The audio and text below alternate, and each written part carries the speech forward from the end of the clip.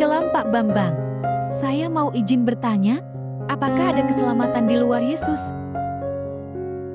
Kalau kita membaca Alkitab yang pertama ya, kita bisa membaca di dalam misalnya surat Roma ya, Roma pasal 10 ayat 7. Jadi iman timbul dari pendengaran dan pendengaran oleh firman Kristus.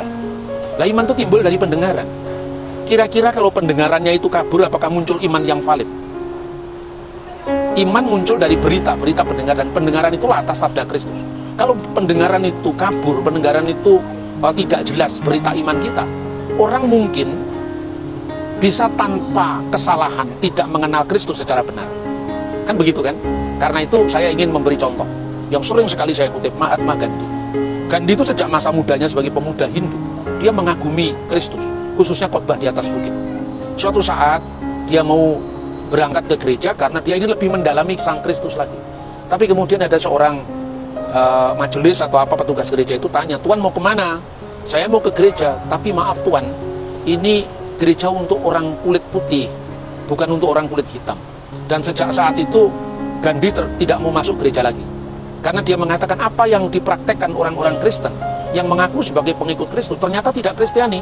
Lalu dia mengatakan, "Aku menerima Kristusmu, tetapi aku menolak kekristenanmu." Kekristenan sebagai organized religion, tidak menolak Kristusnya.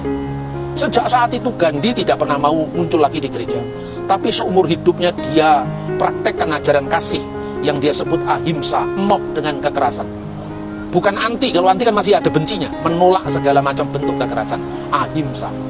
Kalau misionaris-misionaris itu ingin menceritakan kasih Yesus, tapi seumur hidup saya ingin mewujudkan kasih Kristus dalam perilaku nyata kehidupan sehari-hari. Pertanyaannya sekarang, siapa yang berani mengatakan Gandhi tidak masuk surga? Kalau saya tidak berani. Saya hanya berani mengatakan, saya tahu keselamatan itu hadir dalam Kristus, tapi saya tidak berhak menghakimi keselamatan tidak hadir di mana. Oke Pak Bambang, penjelasan Anda sangat mencerahkan dan menguatkan iman kami. Terima kasih, Tuhan Yesus memberkati.